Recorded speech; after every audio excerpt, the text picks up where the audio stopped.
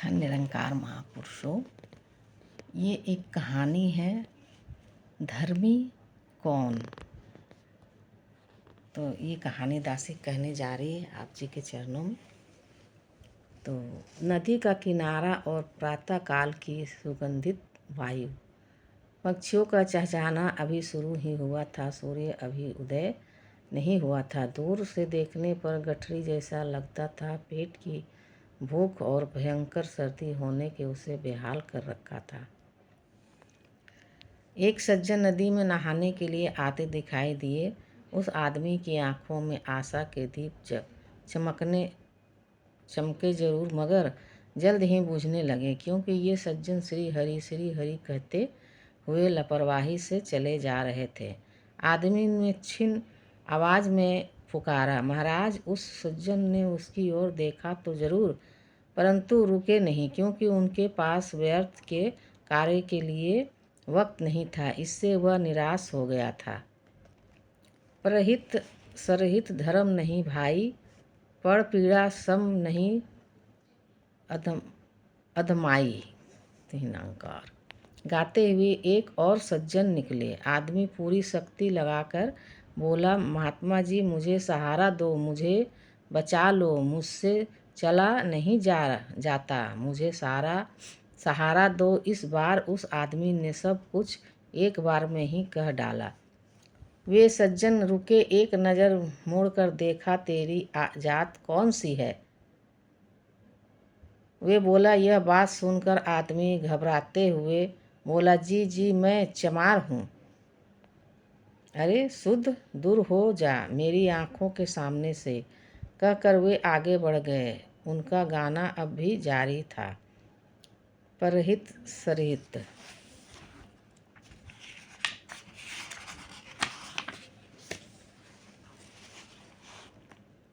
अब वह आदमी पूर्ण निराश हो गया था। उसको दिल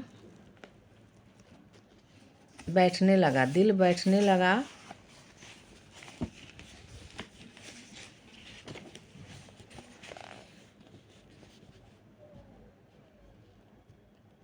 उसका दिल बैठने लगा था। जीने का आशा निरंतर कम होती जा रही थी।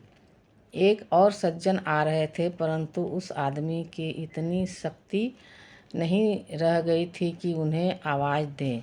पता दिल परेशान था। वे सज्जन कुछ गा नहीं रहे थे और चले जा रहे थे। आर्थिक तेजी से भी नहीं थी। लगता था प्रातः काल में रोज की भांति टहल रहे हैं। वे सही हुए चाल से चले जा रहे थे। उन्होंने एक आदमी का गठरी सा पड़ी देखी तो उसको और खींचे हाथ को नब्ज देखी। उसी आदमी ने आंखें खोल दी। अरे तुम इतनी ठंड में क्यों पड़े हुए हो?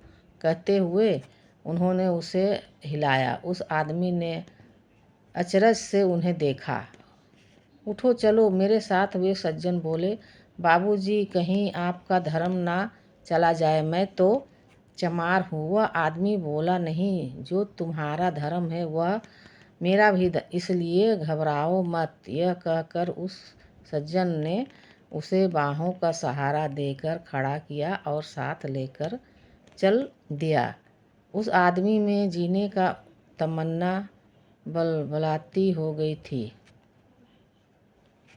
अरे नालायक, इस शूद्र को छूने से पहले अपनी बिरादरी का तो ख्याल कर लिया होता। कुल को दाग लगा दिया। मानस की चौपाई बोलने वाले सज्जन की आवाज़ सुनाई दी। बाबूजी, क्या आप चमार नहीं हैं? गठरी सा बना वह आदमी उदास होकर बोला, भाई, शरीर से ना कोई चमार है ना ब्राह्मण, सब परमात्मा की ही संतान है, सब इंसान हैं। धर्म इंसान को इंसान से जोड़ता है। धर्म कहता है कि इंसान को इंसान के काम आना चाहिए।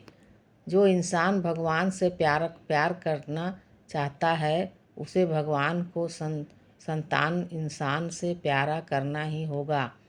उस सज्जन ने चलते चलते कहा, वास्तव में धर्म तो वही सज्जन होता है जो इंसान को केवल इंसान समझकर उसकी सेवा को तैयार है, वरना बाकी तो केवल धर्म की भावना को तोते की तरह रटने वाले ही होते हैं। धर्म से उनका दूरों का भी संबंध नहीं होता। उपर्युक्त घटना चक्र से यह सिद्ध हो गया है। धन्य निरंकार जी।